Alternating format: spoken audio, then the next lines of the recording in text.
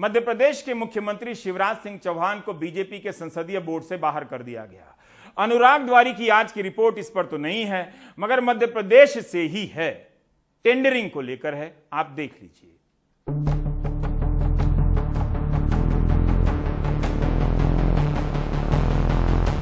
अब भ्रष्टाचार के खिलाफ मैं साफ देख रहा हूं कि हम एक निर्णायक कालखंड में कदम रख रहे हैं। बड़े बड़े चमरबंदी भी बच नहीं पाएंगे। इस मिजाज के साथ भ्रष्टाचार के खिलाफ एक निर्णायक कालखंड में हिंदुस्तान कदम रख रहा है।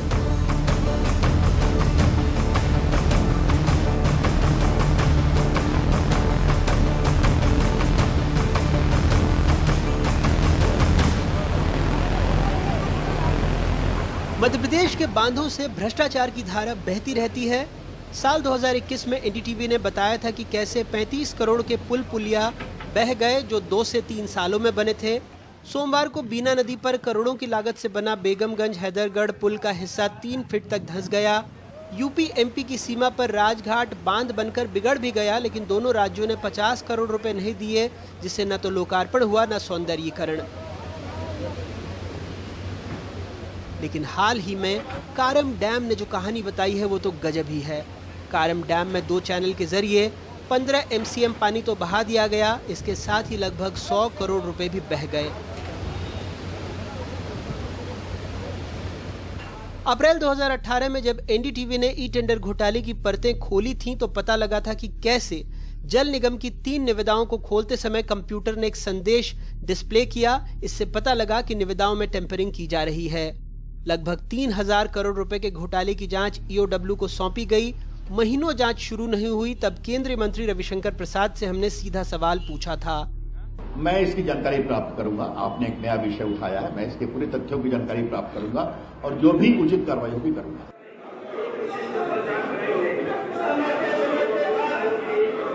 10 मार्च 2022 को कांग्रेस विधायक जीतू पटवारी ने ई टेंडर घोटाले की जांच के संबंध में विधानसभा में सवाल पूछे तो जल संसाधन मंत्री तुलसी सिलावट ने अपने लिखित जवाब में कहा था कि मोहनपुरा और करम सिंचाई परियोजना की जांच ईओडब्ल्यू कर रहा है, इनमें गड़बड़ हुई है।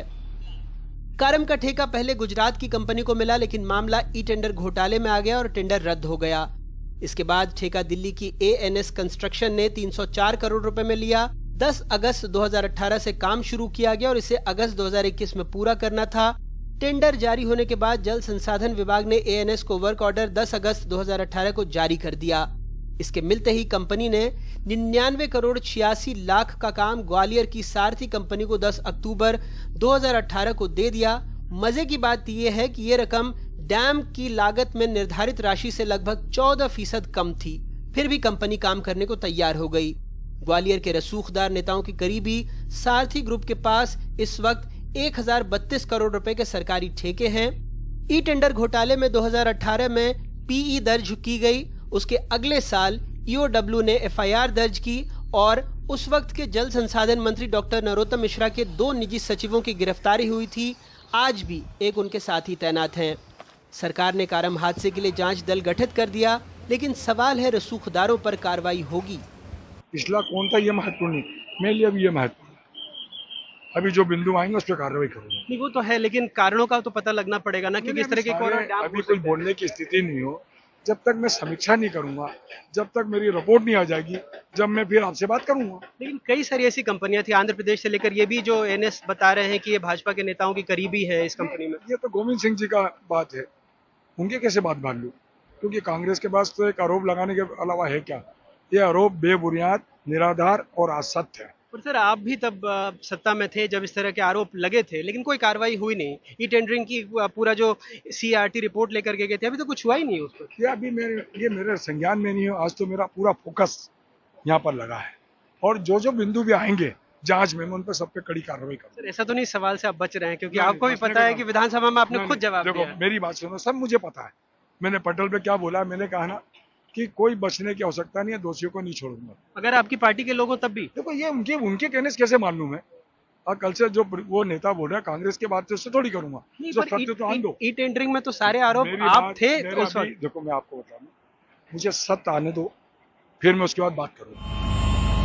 कारम डैम के इलाके में पूर्व मुख्यमंत्री कमलनाथ भी उन गांवों में पहुंचे जहां की तस्वीरें और व्यथा हमने बताई थी। दौरे के बाद उन्होंने भी सरकार पर गंभीर आरोप लगाए।